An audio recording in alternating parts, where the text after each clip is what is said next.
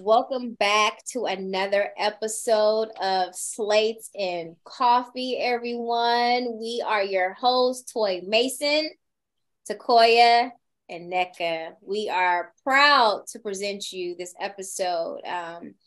We've been doing a lot of research and what it means to be, to be full of abundance and working in this industry. Sometimes you can't really focus on yourself because you have so many tasks, so many stressful high and lows. But we know the ultimate goal is creating masterpieces. But to be full of abundance, it's important because you have to be centered as a creator. And you got to know what you have in you so you can give to everyone else. What do you guys think? I agree. I definitely agree. I think that everybody's definition of abundance is different. Mm-hmm.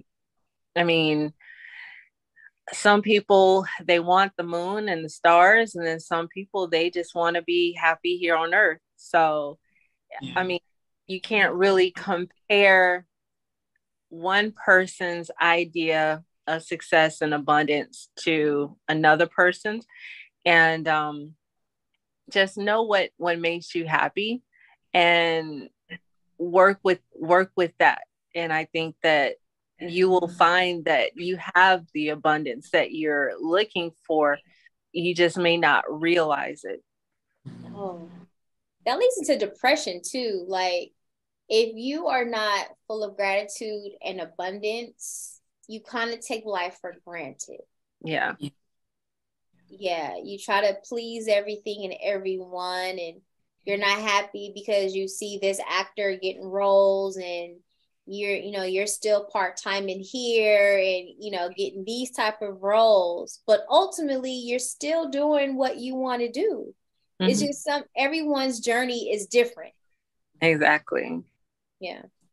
And I like to think of it as like blessings. And like Tequoia said, everyone's definition is different. For me, I mean, abundance is more so a byproduct. What I'm really focused on is, blessings.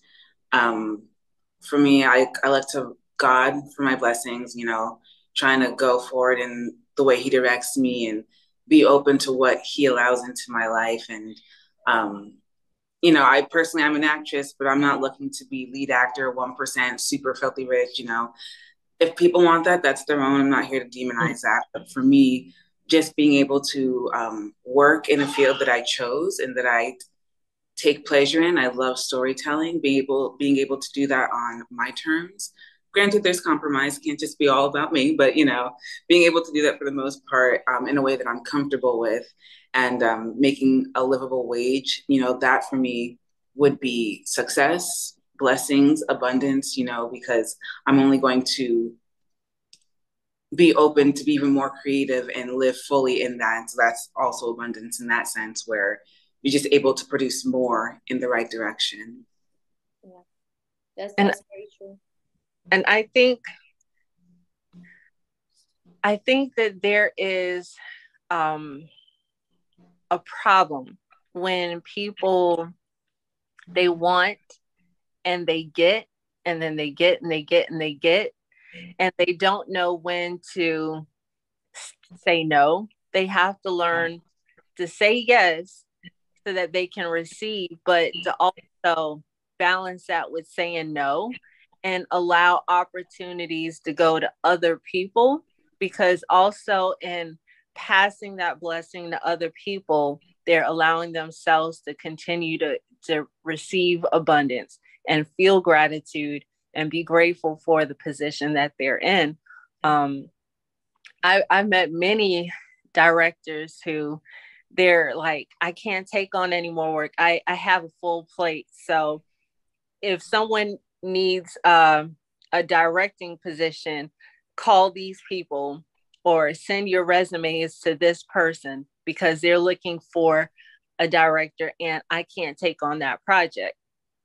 To me, that's someone who's living in their abundance.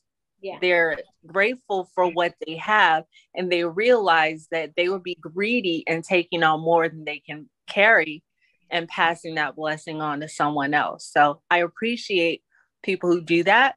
And I aspire to do the same, knowing my limits and being able to bless other people when and where I can. Actually, my mom, I forgot how many years ago this was, but she said something to me that I was like, I'm taking that with me for the rest of my life. It's basically what you were saying, Tequoia, where God didn't bless me to keep it to myself. Like, you can have a lot of material wealth, but really, I mean, it's going to be a personal mindset, but for me and clearly for you as well, true blessings and abundance comes when you share it with other people, and I get to live and thrive, and so do you, and we get to thrive together and make a network of people who are coming up together, which I think is beautiful and gives us even more than just having our own thing. Definitely. Yeah, I remember the last shoot that I shot was like last fall, and I hired a producer, and I'm like, you know, what are you expecting from this? And she told me what she was expecting, and she was like, what about you? And I said, my mission is to hire people to fulfill their dreams, because I know where I'm going. I know where I'm going. So it's this blessing. My promise is not for me. I don't have to, but I personally have to. My mission is to pull those up that dreamt the same dream that I dreamt, that worked as hard as I worked, that can get past the gatekeepers. So it's to hire those people and give them an opportunity that I'm sharing. Like Tequoia, you're saying, sharing the blessing with others.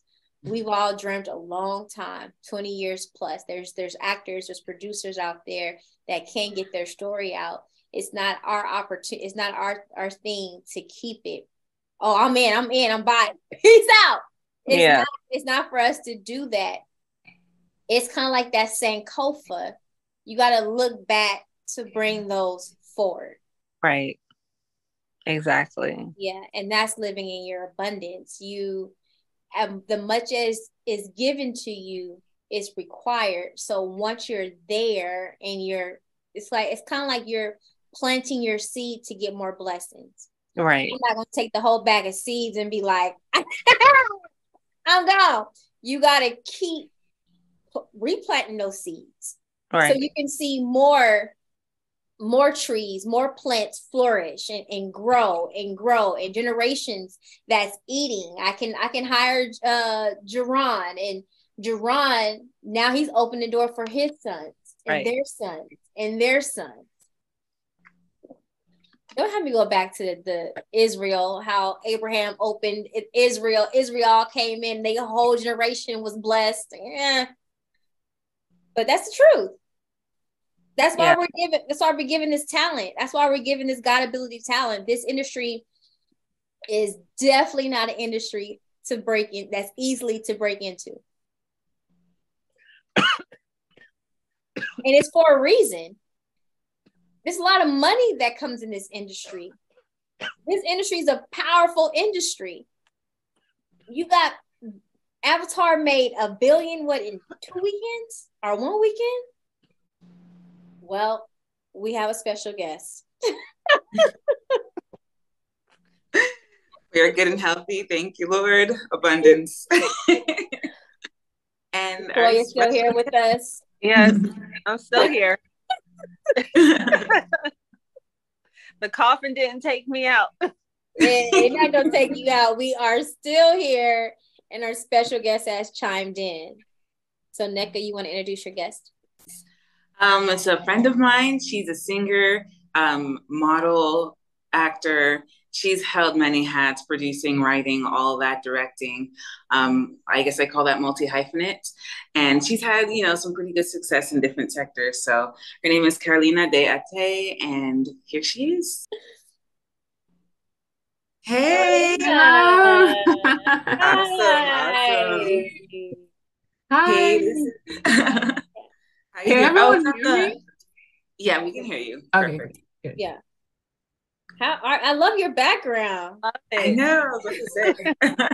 Tell the truth, I chose one day, and then now I was like trying to look at other ones, and it doesn't let me. So it has to be this one. I love it. It's the perfect one. It looks super real. It looks like I am an apple. Well, Carolina, we were talking about abundance and how important it is to be aligned and balanced in this industry. What do you think?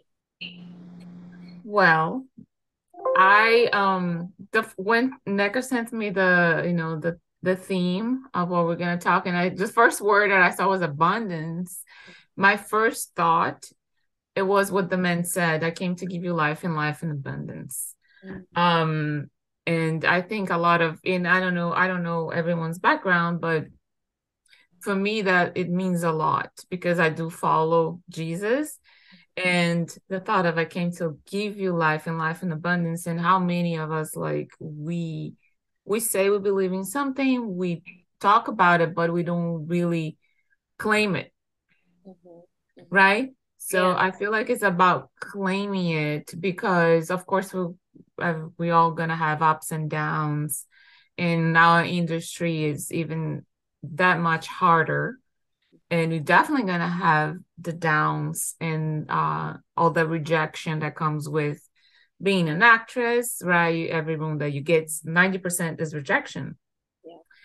And it's still to be able to claim the life that you have as a person, as a woman, and all your goals, and claim that abundance and allow that to shine in your industry as well. That's what I thought about it.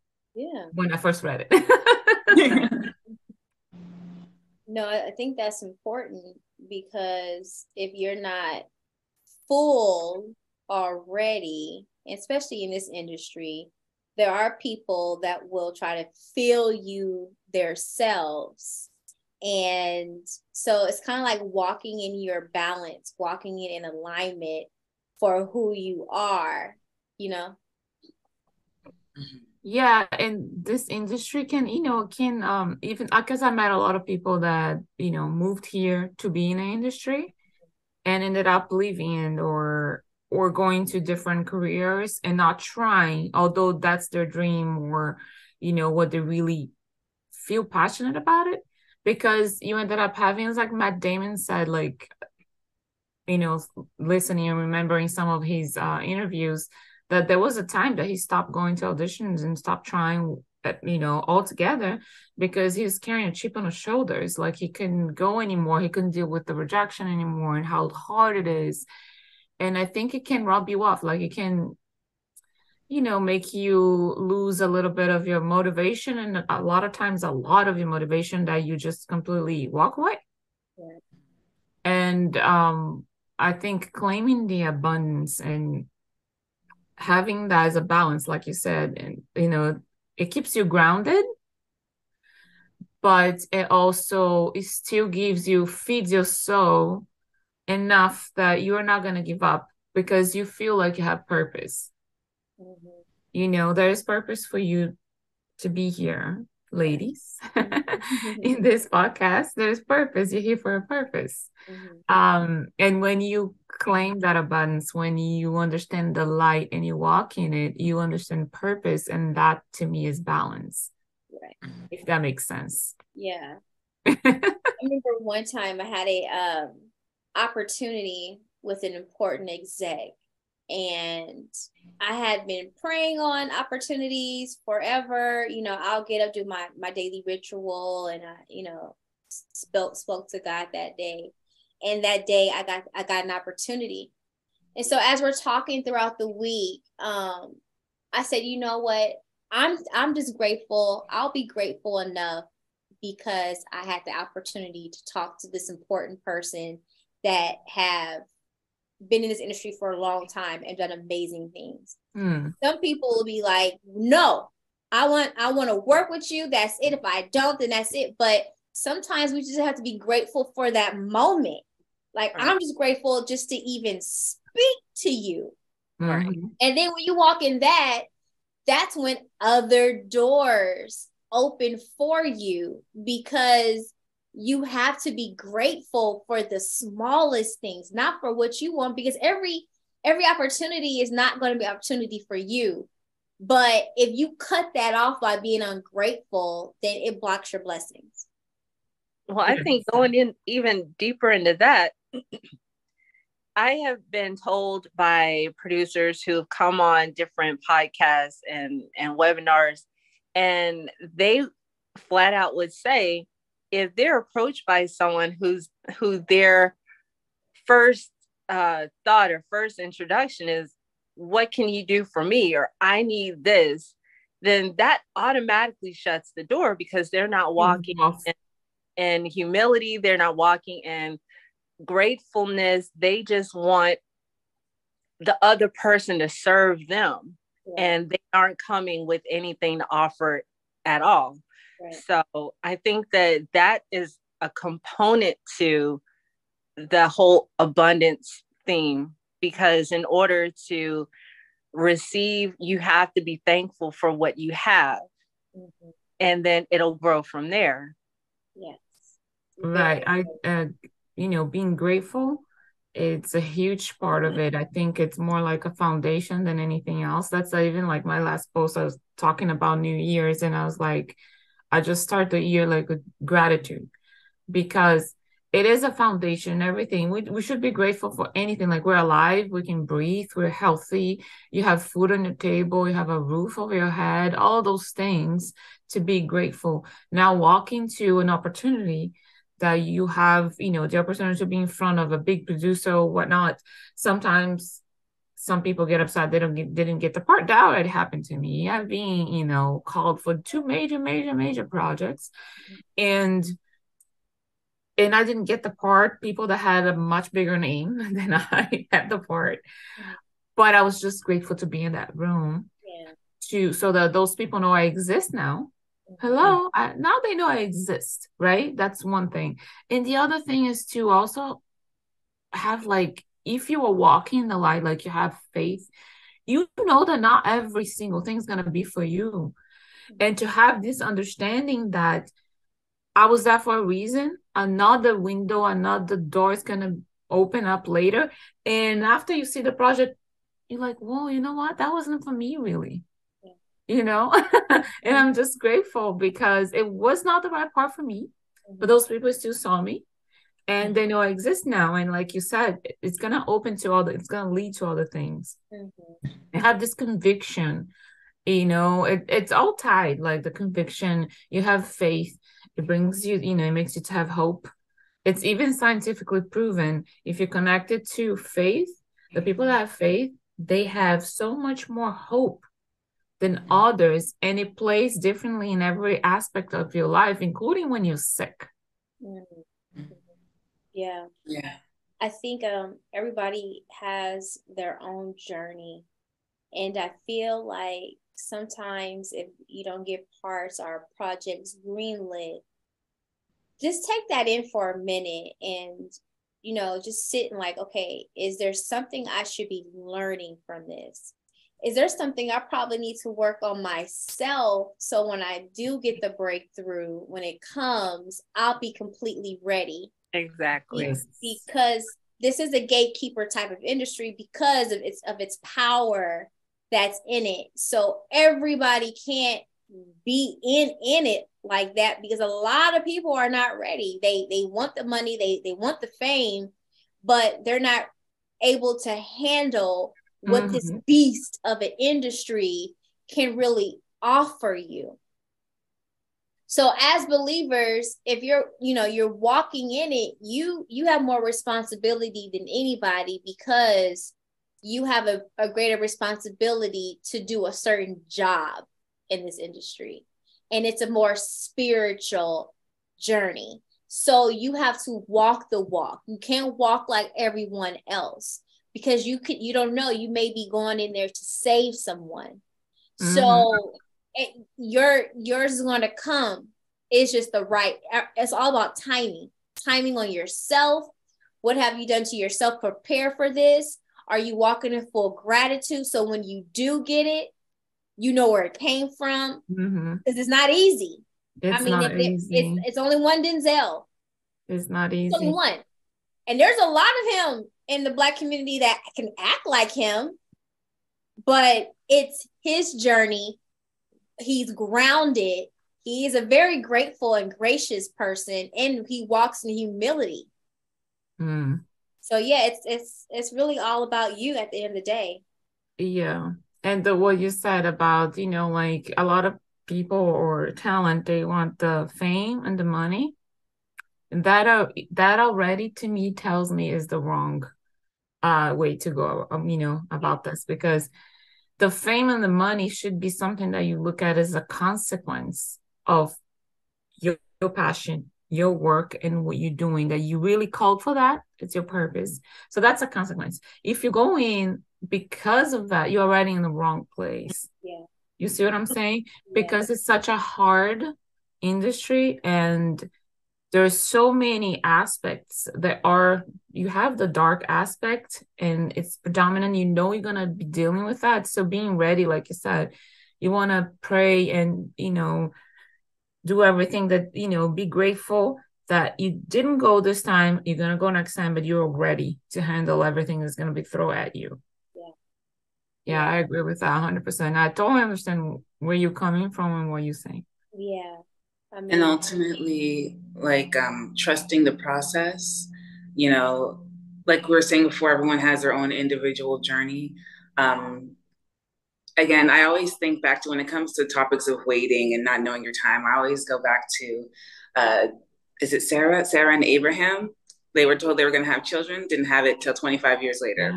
Yeah. So it's like, for those who are, who have faith in God specifically, it's just because you expect it to be a certain way, you might know on a conscious level, it won't look like someone else's journey, but you really have to be ready on both sides, on the industry side and also on the faith side, for what God specifically wants you to go through and how he's going to build you and grow your character and prepare you for whatever he has for you. And in the meantime, though, as well, you don't just have to wait. Like, Toy was saying, there's a lot of gatekeeping in this industry. So in the meantime, in between time, what else can you do to exercise those talents and exercise that creativity? I know I was saying earlier, Carolina, that you hold many hats. You act, you sing, you model. Other people, they can put on, even if it's just acting they do, they can, put on their own projects, make their own web series. We've got so many outlets for that with TikTok and Instagram. You can make a one-man show, one-woman show. Right. Do all sorts of things, that could, again, still prepare you, whether it be, honing in on your craft or just giving you something to do, so that you're not just sitting and watching everyone else elevate their careers through whatever means they're using while you're waiting for your come up. Right. And when I used to go to my coach, Louis Smith, he would talk about how, for acting specifically, that you need to continuously work on your craft. And he would use the metaphor like you have to stay in the bus, because he's been in the industry for a very, very long time. He was the Heavenly Kid. I don't know if you ever watched that movie, but I guess it's from the 80s. He was the actual Heavenly Kid. And he did movies with, Kevin Costner, Certain Comfort. He's in that movie, a bunch of movies. And he talked about how he's watched so many people stay in for so long and then give up. And it's right about, normally when you give up, it's right when you are about to get your breakthrough. And then he would use the metaphor, stay in the bus, show up. His words, show up. You want to show up. So you keep doing what you do. As long as you are doing it and you auditioning and you getting your face up there, because 90% of the time, I would say 95 to 99% of the time, you are wrong for the part. But those casting directors or those producers, those directors, they're seeing you. Sometimes something's going to be right. And I feel like now with all the things, like I said, there's all this many, not everybody, sings and writes and all of that, but it's still they're out there on social media. It's some way the benefit of social media. It's connecting these people. Like I've met people that are in the industry. They are legit people that, it's not like they gave me a job or something, but some of them are considered friends now because we talk about really relevant topics. they're more spiritual, that builds you up to deal with everything that we're talking about. And they are in the industry. And you build those relationships. I think relationship is a big part of it. I think networking is a big part of it. And the more you network, more you start networking with the right people in the right crowds, because there's so much networking in Hollywood, because that you get a little lost sometimes and ended up going to really situations that are not worth it. And you're like, why did I go out? Why did I dress up? Why did I do this? But the more you do, more, secluded it becomes, and more you become more, pickier, and then you start going to better and better and better networks, and you start building relationships with people that are more relevant, and they are nice people, because that is also that you wanted to be connected with people that are genuinely nice, that care for what they do, that see purpose, and they're passionate as much as you are. Not just somebody who has a name, but they don't care, and they're going to ask you for stuff that you don't want to do and things like that. You don't want that. You want the good people. So that is that you have to have a lot of resilience and to stay in this business. And then meanwhile, yes, I'm fortunate that I can, write music and everything, but it's still like music's such a difficult business. Even I don't even know which one it's more difficult, because it changed so much that now, even if you have a label, they don't want to do really anything for you. They want you to bring the money to do all the music videos, to buy spots on radios. You have to buy it, you have to pay for it, so your song can play, which makes no sense to me, but that's how it is. So all of that's very, very, very difficult. But you stay on the bus, you keep doing what you're doing, and then if we can develop short films, web series, whatever it is, that's what you have to do, And sometimes that, not every time, of course, but sometimes that can be the vehicle that actually makes you, that gets you to the next step, as it has been for certain people. Yeah. Yeah, because you never know what really, I've done 2 pilots. There is one pilot that's still being edited. I haven't seen it. Anything. And I don't have a lead role. I have supporting role. It's about the 2 leads guys, the 2 really crazy. And it's a really broad comedy, really crazy. And I feel like that pilot has a chance. Based on a content and what I saw on the set, what we're doing on set, I'm like, and everybody was saying this, come on, pushing the director, come on, finish. We want to see it because we think it has a chance and it could be picked up. And it was during COVID, and I did another one during COVID. So there's and I feel like there's so many things that I've done too that I never seen it.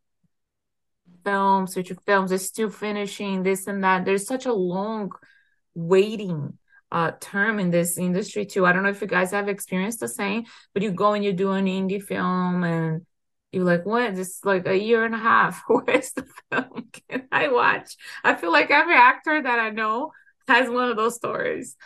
My first year out here was 2013. The very first project I got, to this day, they're still editing it.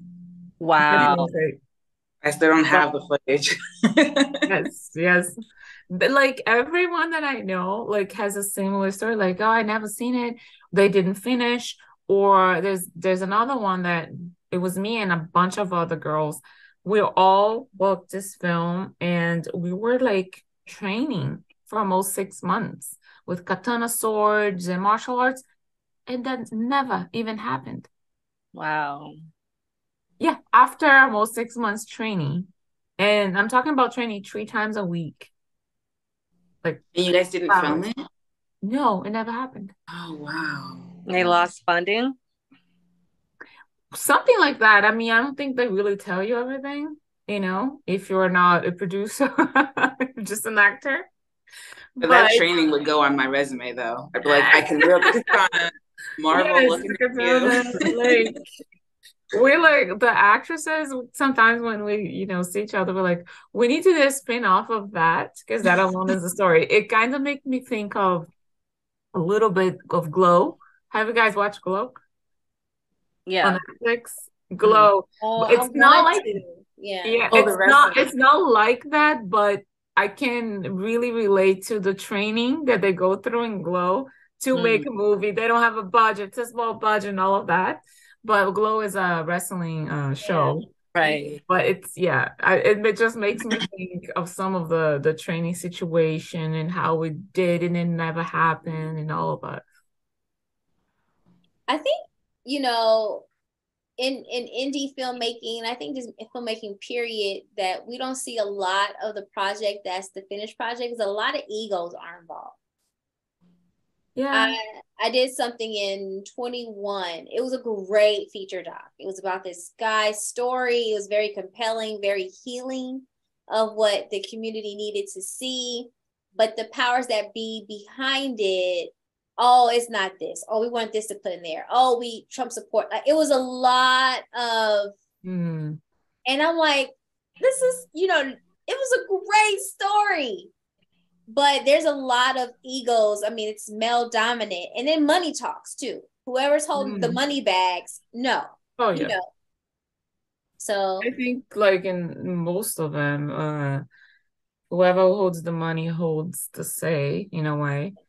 And of course, you know, when you hire a name director, that kind of gets balanced because the director will say, no, I'm not going to do this because it's my name. But yeah, money, it's, you know, talks. and I actually did that. So it was a finished product. You know, we're all in alignment. You know, the story is we're being moved. I directed it. And the money bags were like, no, I want you to change this, this, and that. And I said, no, I'm not changing anything, because I was led. The story was in me, in my gut. I didn't do it. It's my first feature directorial job. Oh, wow. So I meditated, I prayed on it. Like, God led me through this product. Like, I don't know about angles, and it's a feature. Like, it was 3 weeks of shooting. It's not like 10 minutes of my iPhone. It was 3 weeks. I don't know how many scenes we did. So I don't know if it wasn't my ego. It was the money back ego, because But what happened to the movie? I don't know. And that it really sucks, because this guy had did 20. He's probably watching. He will watch, but it's fine. Fine. He did 20 years. Broken family in Alabama. Really broken family. Went down the wrong path. Got 20 years. He said for killing his great grandfather that was molesting kids in the family. You know, I think touched his mother. Like, did a lot of crazy stuff. So he killed his step grandfather. Went to jail for 20 years. Got life. So he said, instead of laying down and taking this life term, I'm not only going to change my life around, but I'm going to help motivate and change those others that come in contact with my life around. So when he did that, not expecting anything, full of abundance, and full of gratitude, not expecting anything from anybody, he's just doing the work that he's a servant here, and he's going to serve. And he ran to an Aryan Nation brother. The Aryan Nation brother, life reversed from being racist to now normal. And his brother knew the Senate. The Senate got in touch with them, reduced his life sentence to 20 years, and he was out of jail. So now he's on the road motivating and inspiring. And so I told that story. But for me, in order to tell that story, I know this story, it was like the Black Lives Matter. I knew it was a story that was that needed to be healing. Instead of us focusing on what police are doing to us, let's just try to do the healing. That is one thing that I already learned from both sides. Like, we have to, for a minute, stay out of politics, because there is good people and bad people on both sides. And sometimes they and the news, oh my gosh, I do my own research, let's just say that. I just do my own thing. I don't trust the news at all. But it has to be where And I have, because I know a lot of people here, you can't talk politics. Can't talk politics. And like one side or the other, because you just don't know who is in the room and what they think and how they're gonna perceive. But telling the story that you just told me, that alone is very powerful. Just the story standalone about his, because this is a real story, right? That alone. But did you talk to them? You don't know what's gonna happen, if they're gonna release, publish or not? I don't know. I think they're trying to reach back out to me. Mind you, this is 2 years later. We had some CNN people come up, and so I think, again, it's ego. I think they want to renegotiate something, and I'm open to it. It has to make sense. But you have the cut. They don't have the cut. I have the cut. They don't have anything? Well, my editor has the director's cut that we actually can keep, because it's it's the director, it's the raw cut. But again, it's ego. I mean, but that's the power of independent filmmaking too. Like, you're not attached to a studio or to a network, so you can keep it. And then they have the rough edit, so if you want to change it, y'all can change it. Like, there's 1,000. Yeah, that's what I was gonna say. That's what I was gonna say. If they have the cut, they can re-edit, right? They have all the hard drive. Because even I'm talking about, again, real A-list movies. I know people who has directors have their own cut, and the studio wants a different cut, and they can do what they go and change. They just change and release as they want, basically. Yeah. And it sounds like a very important story. Yeah. A lot more important. And I would say, the story that you just described is a lot more important than having the Fox or CNN there. It's because it's the story that stands alone of this man and how he lived in abundance and how he impacted all the lives. And you are the director. Yeah. Your first directing, right? It was my first feature. Yeah, documentary. Yeah. That's amazing. Thank you. Congratulations. Thank you.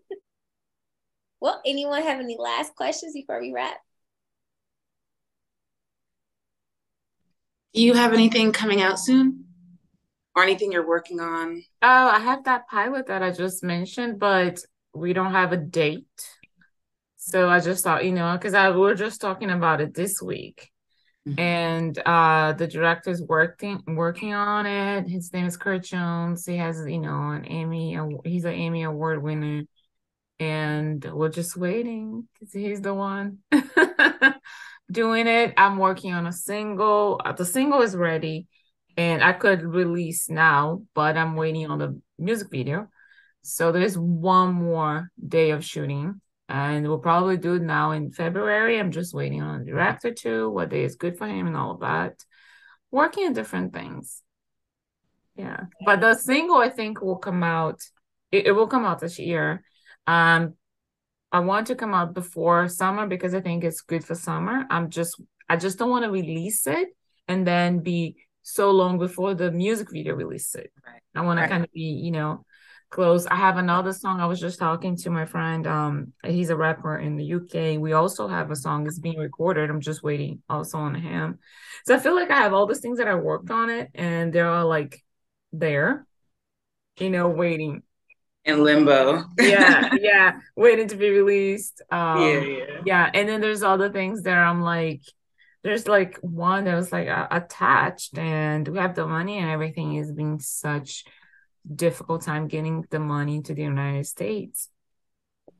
They were flagged. They have to go and review and show every single source of the money, because when money comes from international or foreign countries, sometimes it's flagged. They want to make sure that the money is clean and all of that. So I never knew that. And it got a little tighter during COVID. So they really have to check. So just waiting.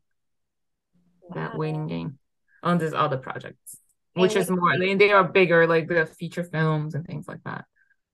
What is the name of your single? Bésame. Ah, kiss me. Right? Yes. Okay. Oh man, got a And little it's bit like it has, has a big. I want it to be out for summer because I think it's a good, has that vibe of summer and it's caliente.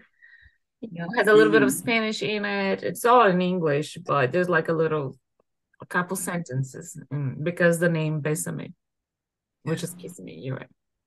And where can they find you on your socials and your website? Everything is my name, CarolinaDeAthey.com, Carolina DeAthey on Instagram, DeAthey on Twitter, Carolina DeAthey on Facebook, TikTok is also, everything's just my name. Awesome. And Spotify, Carolina DeAthey. Thanks so much for joining us. You are on our first guest, one of our first guests. Congratulations on your podcast. And it looks really nice. Thank you so really much. Enjoyed it. Thank you so much. We enjoyed having you, and we can't wait to hear what you have when your single drops. Yes. Well, thank you so much for having me. It's an honor, really. Absolutely. And congratulations, guys. Thank you. Thank you. Bye-bye. All right, we enjoyed you all. Slates and Koffee has wrapped up with a cup of gratitude for today and walking humility, especially in this industry. So again, we will see you next time, and you can follow us on our socials at Slates and Koffee. See you next time.